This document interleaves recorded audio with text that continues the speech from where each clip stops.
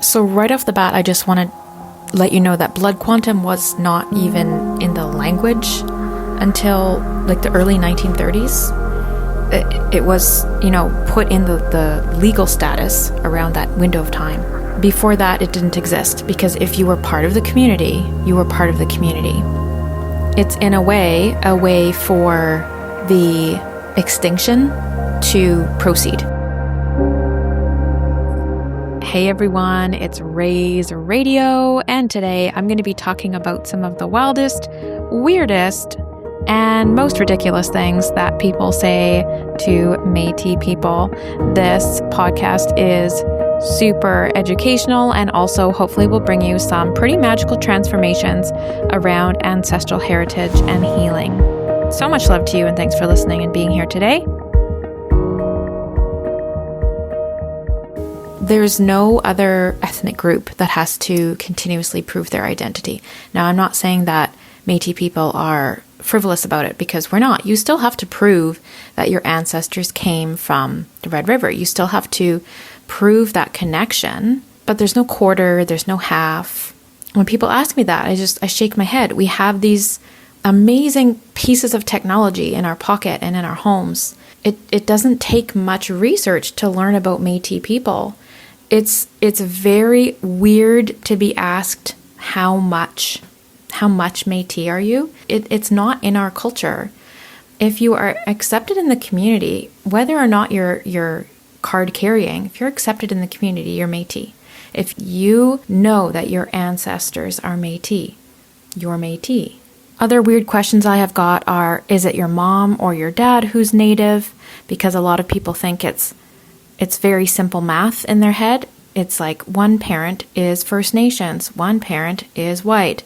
This equals a Métis child. No, that plus that doesn't equal that person having Métis ancestry. So if you want to talk to Métis people about their heritage, something that we do in our culture when we're around other Métis people is we look for cousins. And so how we find where we are from is we ask who's your family names. And so when introducing yourself, that's part of your introduction. It's not just, I'm Reina and I do this and my work looks like this and here's what I do. It's not about what you do. It's who you're from. So my introduction, Tsanse Kiowao, Dashinika Sean Reina, Osuyus Oshchinia, Mi Parenti Spence, Whitford, Pakandapocha, Lino, La Point, Poye, Ni Parenti Kayosh Osichin. And so that is me saying, hello everyone, my name is Reina Lutz, I'm from Osuyus, and my family names are. And so that is where I actually get to show my Métis community, these are my ancestors. Maybe you have similar ancestors, and then we get to meet cousins, and we get to place ourselves in that community with those names. And in the book that I recently put out with my teachings from Métis elders across the province, one of the elders said, I'm proud to be a half-breed. And so I've been adapting that into my understanding as well. I'm proud to be a half-breed.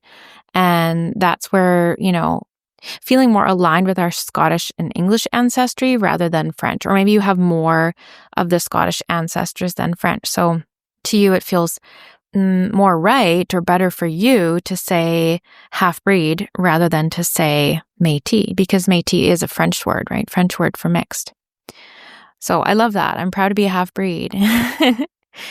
And, all these conversations just make me feel, it's a very mixed bag of emotions, but, I think of this all the time, that our ancestors were forced to hide their heritage. It was for safety. And there are so many people that have this shared wound of their ancestors, trying to hide themselves in plain sight, trying to get as far away as possible from that culture and just wanting to be in the mainstream and be hidden because it was safer than being proudly Aboriginal. Because my ancestors were forced to hide that, and all that culture was lost, and now I'm trying to reclaim it. I refuse. I refuse to hide my heritage, and I refuse to feel embarrassed about it or feel that I haven't earned it. And anytime something happens where someone is trying to make me feel less than or not enough, then I remember that. I remember that my ancestors felt this exact same way, and that's why they went into hiding. So it's a very strong point of healing for me to be able to say, this is the moment when they would say, you know what, we're not going to talk about that anymore. And I get to make the opposite decision of the people that I came from. The other, really strange question that I've had that I highly recommend not ever saying to someone, Aboriginal or not, is you don't look blank. Now, I've been guilty of this in the past. Don't get me wrong. Like, this is all learning. And people who very innocently have said that to me, it's very hurtful because what you're basically saying is you're not enough for me. But it's also very confusing because it's like, how would you like me to look so that you can feel comfortable enough that I'm Métis? It's not a look. You can't look at someone and say, yes, they're Métis, or no, they're not Métis. And one of the most fascinating things to me is that it's this pressure to prove yourself. No one says, how Irish are you? No one says, how Scottish are you? How English are you? How much German do you have in your blood? Are you American enough? How much American are you really, though? No one says that. For some reason, it's different with First Nations, Aboriginal, Métis, whatever you want to call it, whatever name you have for it. The reason I'm putting this out is because I want to share, if you come across Métis people in your life, that you might want to have these questions come to mind. So instead of saying, is it your mom or your dad who's Native, you could say, where are your Métis ancestors from? And instead of saying, you don't look Métis, again, you could say, where are your ancestors from? And instead of saying, are you a quarter or a half, because Métis people do not do blood quantum, you could say, when did you reclaim your Métis heritage? That you'll get a good story from. Because all of us remember, whether we grew up with the culture or not, we all remember the month or the year when we decided to reclaim.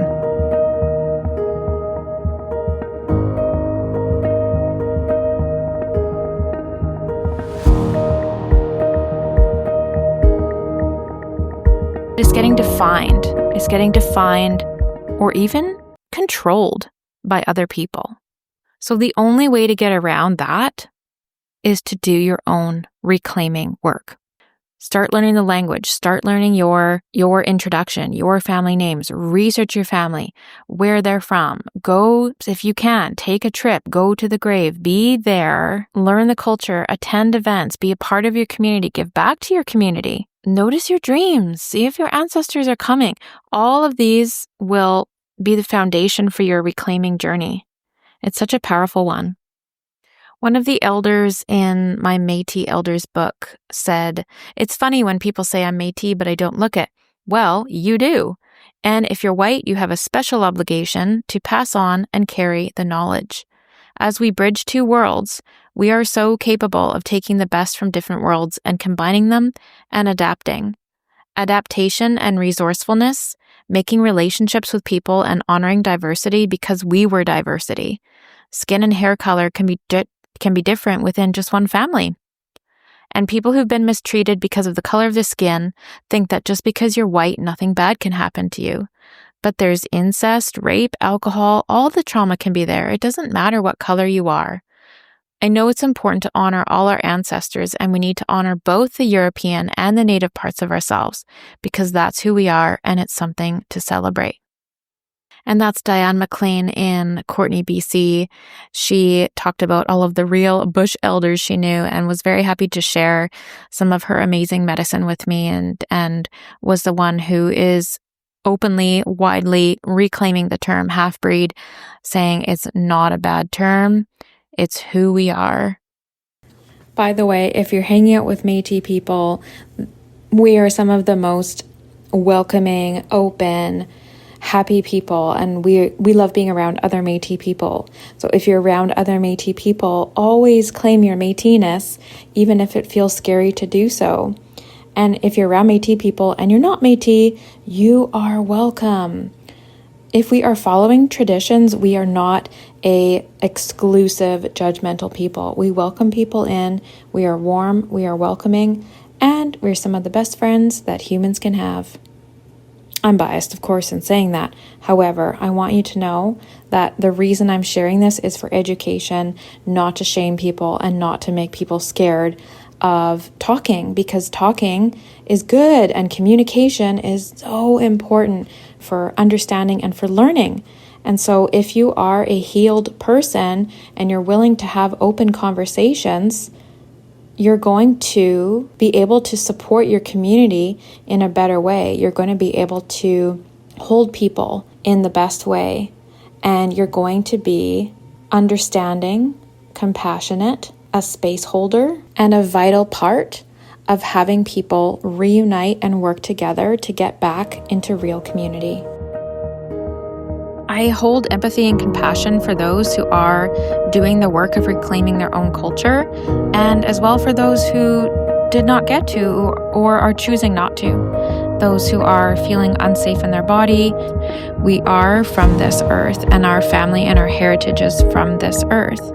Now, this is not something where all the nuances can be discussed in just a few minutes in a podcast, but my perspective is that we increase our consciousness from sharing, creating community, cultural blending. So this is messy, this is diverse, it's very unique. And as a half-breed, I understand how messy and diverse and unique that can be, because so as we learn to reclaim our own culture, what's my life's culture? How do I honor myself in that? How do I honor my ancestors in that? Humans from long, long ago that lived a different way, who were deeply connected to the land, fire and tribe. So as a woman, a life bringer, a fire keeper, not just the physical fires that keep us warm, but spiritual fires that are keeping those and those nearby us safe, secure, and nourished. I am reclaiming my roots, and I wish the same for you.